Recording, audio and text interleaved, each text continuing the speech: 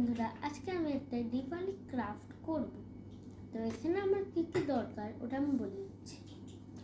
Glue, চুমকি, আমি blue চুমকি নিয়েছি, তোমরা অন্য চুমকিও নিতে পারো।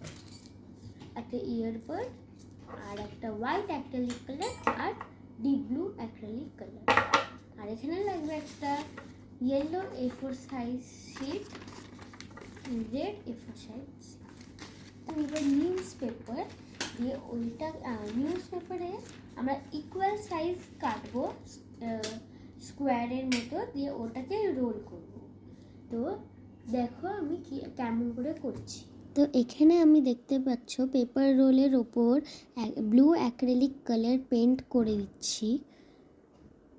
এগুলো আস্তে আস্তে করতে হবে যেন বেশি ওপর যেন বেশি লেয়ার যেন আমরা না করে দিই।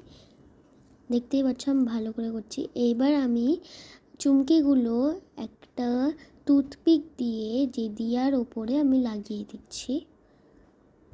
এগুলো আস্তে আস্তে করতে হবে।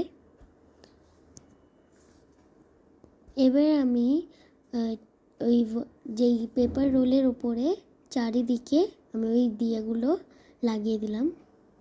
দেখতেই পাচ্ছ ওয়াল হ্যাঙ্গিংয়ের জন্য আমরা একটা ছোট স্ট্রিংও অ্যাড করে দিয়েছি।